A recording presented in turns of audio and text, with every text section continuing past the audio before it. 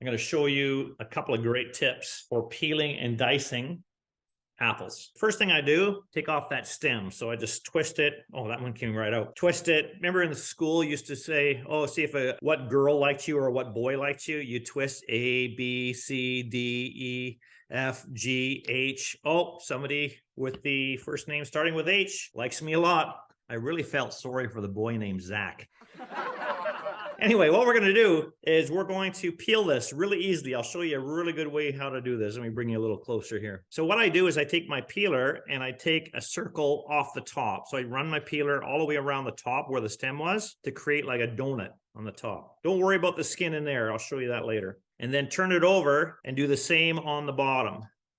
Okay, so you have a ring on the bottom and you have a ring on the top. And I find it easy now to just take the peeler on the side and connect the top ring down to the bottom ring, and then just work your way all the way around the apple. But this makes a very efficient way to peel your apple. I know there's that machine you can get where you mount the apple on it this way and you turn the handle and it goes through and it peels it and cores it and slices it. Hey, fantastic. We actually have one, but we want large dice in this scenario. So that wouldn't work for me because I don't want it thin slices. So I'm going to show you a quick way how to dice your apple. So take your apple, standing upright on your board, and cut it in half.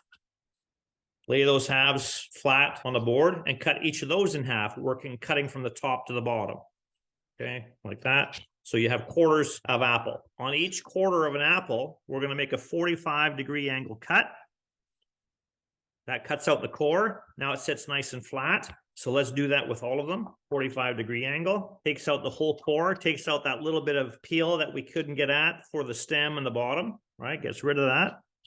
Then it sits nice and flat on your board. And then you're going to make two cuts lengthwise, top to bottom again. Two cuts.